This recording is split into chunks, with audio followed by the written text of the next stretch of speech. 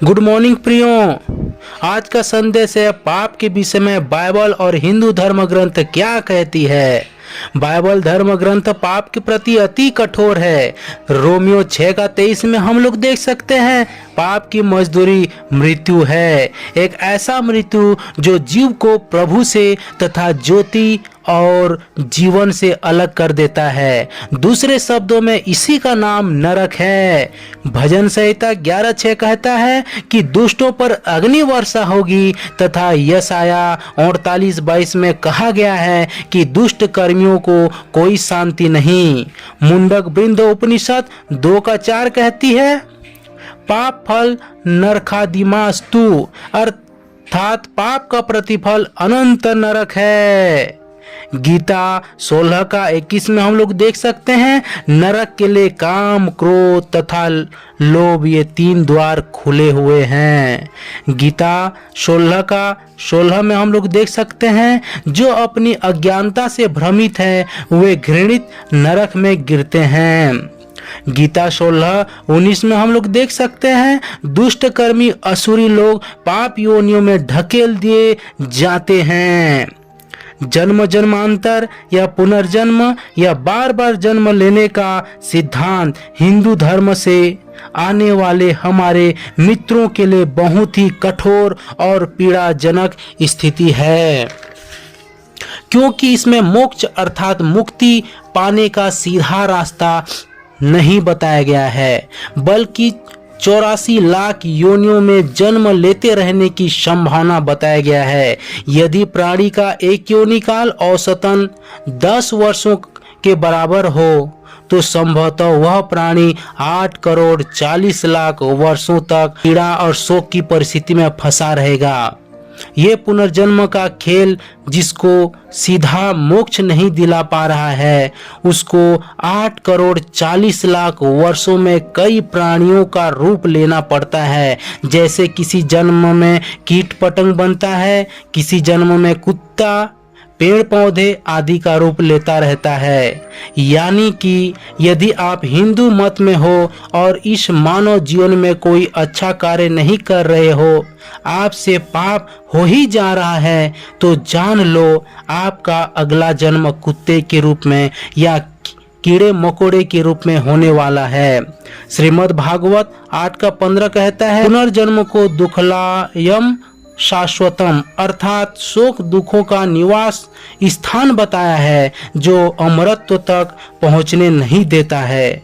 मनीषी याज्ञवल्क्य ने मानवीय जीवन को असत, तमस तथा मृत्यु स्वरूप बताया है। बृहद आरण्य उपनिषद 1:3-28 में हम देख सकते हैं पुनर्जन्म को पुनर्मृत्यु कहा है।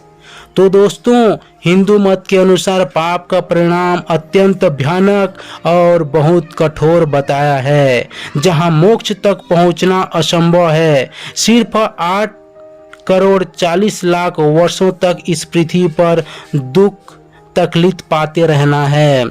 दोनों ही धर्म ग्रंथ यह बता रहे हैं कि मनुष्य का प्रयास, मनुष्य का कोशिश इस पाप स्वभाव से छुटकारा पाने में असंभव है। इसे किसी भी भले कर्मों से सुधारा नहीं जा सकता। हम लोग बाइबल के यिर्मयाह नबी का पुस्तक 2:22 में देख सकते हैं चाहे तुम अपने को सज्जी से धोइए और बहुत सारा साबुन भी प्रयोग कर लो तो भी तेरे अधर्म का धब्बा मेरे सामने बना रहेगा। प्रभु परमेश्वर की यही वाणी है।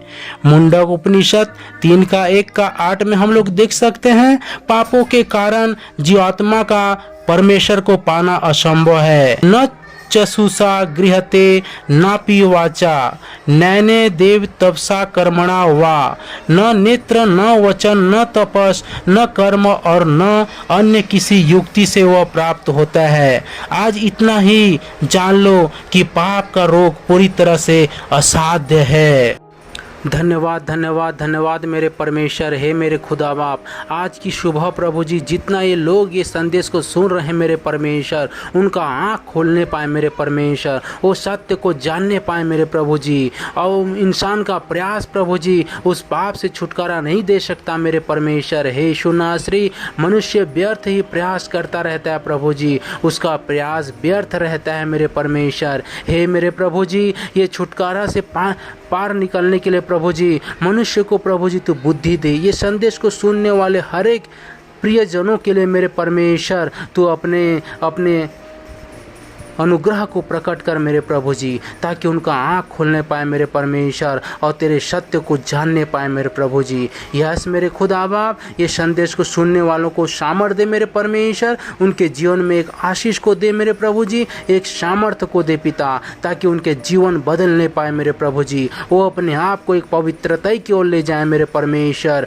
यदि कोई भाई बहन प्रभु जी दुख तकलीफ में है प्रभु जी, तो उसके जीवन पर अनुग्रह दे पिता, उस बीमार से उठने पाए मेरे प्रभु जी, वो परिस्थिति से उठने पाए मेरे परमेश्वर, और उसके जीवन में प्रभु जी अपना अद्भुत आशीष दे पिता, ताकि उसका जीवन एक प्रभु जी खुशहाली का जीवन होने पाए, उसका जीवन तेरे राज्य में बन कर रहने पाए मेरे परमेश्वर। और क्या मांगे खुदा बाप, हर एक के लिए प्रार्थना करते हैं मेरे प्रभु जी, तू हर एक का मन को जानता है पिता, और हम उन पर तू अपना दया प्रकट कर मेरे प्रभु जी। ये छोटी सी विनती महान सामर्थी यीशु नासरी के नाम से मांगते हैं, सुने और दया से ग्रहण करें, आमीन। तो दोस्तों आज का वचन इतना ही। सबको धन्यवाद, सबको नमस्कार।